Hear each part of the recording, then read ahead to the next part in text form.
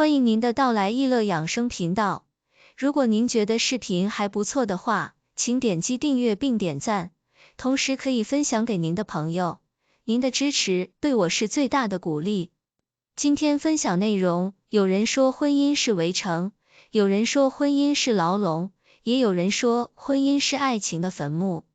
总之，若谈及婚姻二字，越来越多的人口中蹦出来的是困惑、疲累、心伤等字眼，仿佛婚姻之内的男女都过住糟乱扰攘的生活，在日复一日的一地鸡毛里死命挣扎，犹如困兽之斗。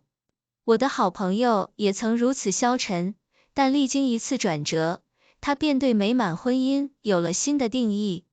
朋友本是家庭主妇，每日洒扫庭院，烹茶做饭，照顾幼小的孩子，这样的日子过久了，他难免身心疲惫，渐生牢骚。夫妻俩常常因为生活琐事引发争吵与恶毒的言辞。她的丈夫是建筑公司的工程师，前不久在一次施工时意外脚部受伤，不得不打上石膏，在家卧床。她劝丈夫多休息，但少工作1日，收入便扣除不少。丈夫自知担负住养家糊口的责任，因此1周之后便强烈要求去上班。她拗不过他的坚持，只能每日开车载他上下班。望住他拄住拐杖，一瘸一拐，却坚定地走向尘土飞扬的工地，那一刻，他流泪了，曾经所有的不甘与埋怨都在瞬间化为乌有。他懂得了他硬撑养家的辛苦，亦前所未有的心疼他。而她的丈夫在卧床养伤动弹不得的几日里，亲眼目睹她在家里四处穿梭忙碌不停的身影，也深深被触动。尖叫不停的奶娃，散落四处的玩具，混乱之中依旧美味的1日3餐。原来妻子世界里的辛苦早已溢满，自己却丝毫不觉。身体痊愈后，她一改往日的不耐烦作风，开始学会了体谅和理解，偶尔买些鲜花礼物，哄老婆开心。一场小小的意外，让夫妻俩看到了彼此身份里的难，从此尽释前嫌，恩爱如初。02，法国有一部喜剧电影《床的另一边》，也许每一对夫妻都应该用心去看一看。电影里的女主角阿丽亚娜，代表住所有深陷中年危机、被家庭琐事缠身的已婚女人。她每日疲惫不堪，要洗衣做饭，要装修房子，要接送孩子读书，要经营与朋友合开的珠宝店。即便如此，她的丈夫雨果仍然对她不满意，婚姻危机如期而至，两人动辄恶语相向，甚至大打出手。终于，婚姻冲突再也无法调和，但他们彼此又不愿轻易分开。这时，智者出现，建议他们互换身份。这是一场荒唐的风波，但也是个充满智慧的举动。他们首先变换了在双人床上睡觉的位置，然后阿丽亚娜每日清晨收拾妥当去丈夫的公司工作，而雨果则接替了妻子的日常琐碎家务。他们都对新的角色信心满满，但孰料，在对方的身份里，他们都不可避免地闹出了笑话。在精疲力尽束手无策时，夫妻二人才恍然发现，原来对方是那么的伟大，那么的不容易。影片结局是意料中的大团圆，在体验了彼此的辛苦之后，阿丽亚娜与雨果各归各位，重新开始了甜蜜生活。若没有这样一个智慧的决定，阿丽亚娜也许仍是个脾气糟糕，对中年危机毫无招架之力的失败女人，而雨果也最终会成为一个毫无体谅之心、失去家庭与孩子的落魄男人。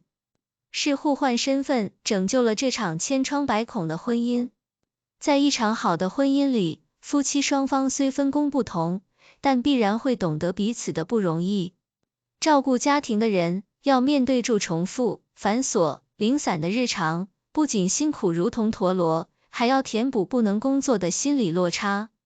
而在外奔波的人，要全副武装才能栉风沐雨、披荆斩棘，为守护家庭耗尽住心血，强打住精神。若男女彼此懂得体谅，懂得换位理解，那么辛苦便不再是苦，再多的付出也能甘之如饴。好的婚姻里，夫妻双方要懂得互换身份与角色，而这样互换不仅仅是分工，也包括心理。在一场美满的婚姻里，女人亦要自带雌雄同体的内容，关键时刻可以挺身而出。而习惯于撑起重担的男人，亦要懂得示弱，懂得善解人意，这本身就是爱的情趣。钱钟书与杨绛是众人皆知的恩爱夫妻。在生活里，杨绛能温柔地照顾钱钟书的起居，亦能如同男人般挽起袖子修理电器桌椅。而钱钟书呢，既能够担起一家之主的经济责任，亦能够如顽童般讨好住妻子。夫妻双方的最大心愿莫过于公不离婆，秤不离砣，相爱相知，厮守一生。既然爱情与婚姻本身便是世间最大的一本糊涂账，那么谁为公来谁为婆，又有什么关系呢？04电影《天下无双》里，王菲饰演的长公主，因为思念李一龙成魔，竟将自己活成了爱郎的模样，说话是他的语气，行事是他的风格，浑然忘记自己是长公主。而梁朝伟饰演的李一龙呢，也扮成了长公主的模样，一心恋住他，跟住他，情海翻腾，此生无悔。最终，这两个活成对方模样的人，戴上了龙凤戒指，成了一对神仙眷侣。桥段虽然可笑而荒唐，但情谊却令人动容。世间婚姻，哪有天生美满的？哪对夫妻不曾经历甜蜜、平淡、焦虑、暴躁、隐忍、克制？若一心认为婚姻是坟墓，深陷其中，如沉船溺水，呼吸无力，却不知勇敢自我救赎，又怎能收获情爱的圆满？在相爱的人身上，都会留有对方的影子。夫妻在一起久了，彼此言语行事的风格渐渐趋同，连微笑时嘴角上扬的弧度都一模一样。既然夫妻相都有了，那么不妨学做一个聪明人，与深爱的人互换下身份，既能解得婚姻之痒，又能享受爱情美满。感谢观看，欢迎留言评论。